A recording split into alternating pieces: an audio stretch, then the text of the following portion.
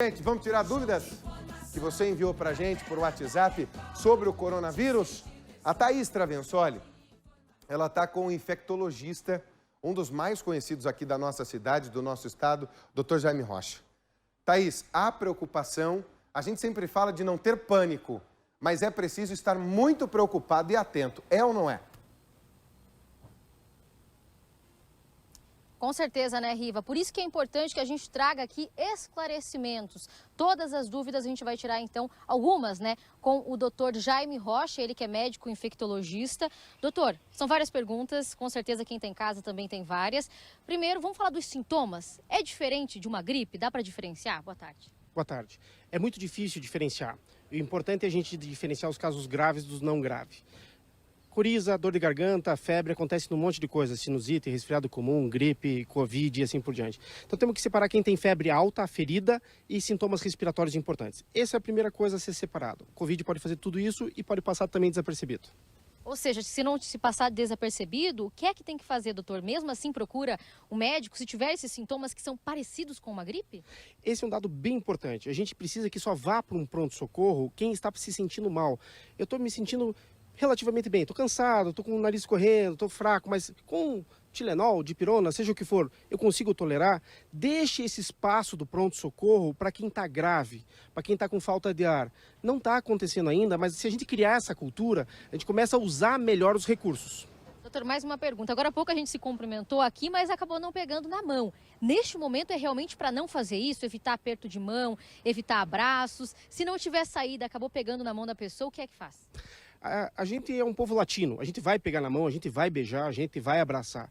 O importante é você entender que nós estamos fazendo isso não para proteção individual. Nós estamos fazendo isso para proteção da coletividade, para que os casos se espalhem ao longo do tempo e os serviços de saúde públicos e privados possam atender.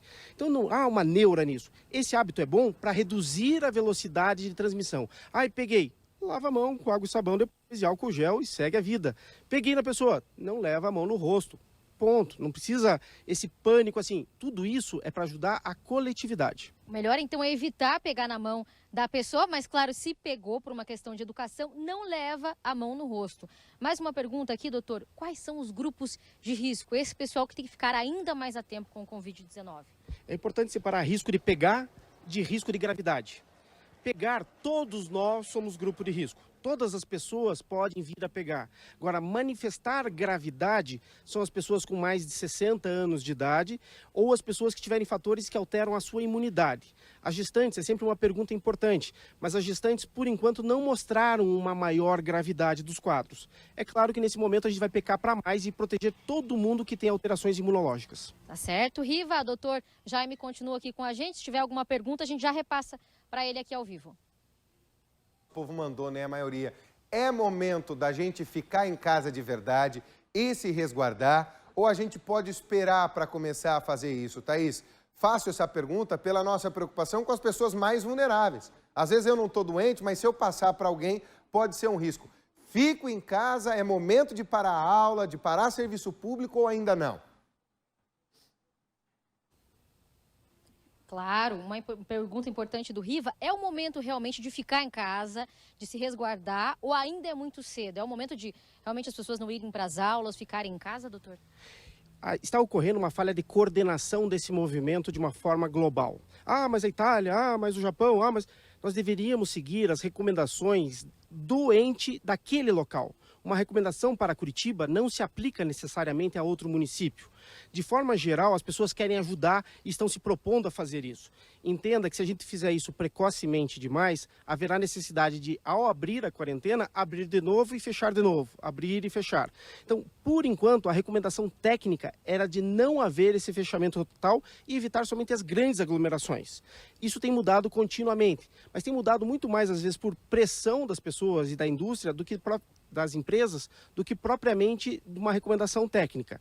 A recomendação técnica vem sendo ajustada e pode ser que aconteça isso. Isolemos e depois precisemos isolar novamente. Se existe então essa recomendação, doutor, para quem precisa do transporte público, principalmente horário de pico, a gente sabe que fica muito lotado, não tem o que fazer, tem que trabalhar, tem que se deslocar.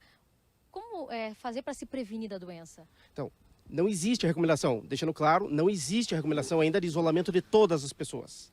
Existe a recomendação de nós irmos atualizando isso. As pessoas que estão usando o transporte público têm que entender que as recomendações que a gente vai falar agora servem para a vida como um todo. Era antes de Covid, durante Covid e depois de Covid. Janelas abertas.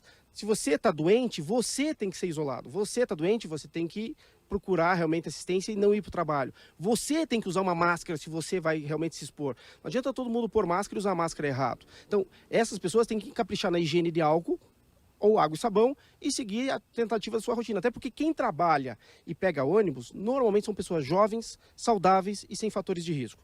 Então, a restrição de todo um país ou de toda uma cidade vai ser quando a gente quiser diminuir a sobrecarga nos hospitais com os doentes idosos e os mais graves. Tá certo, doutor Jaime. Muito obrigada, viu, pelos esclarecimentos ao vivo aqui com a gente.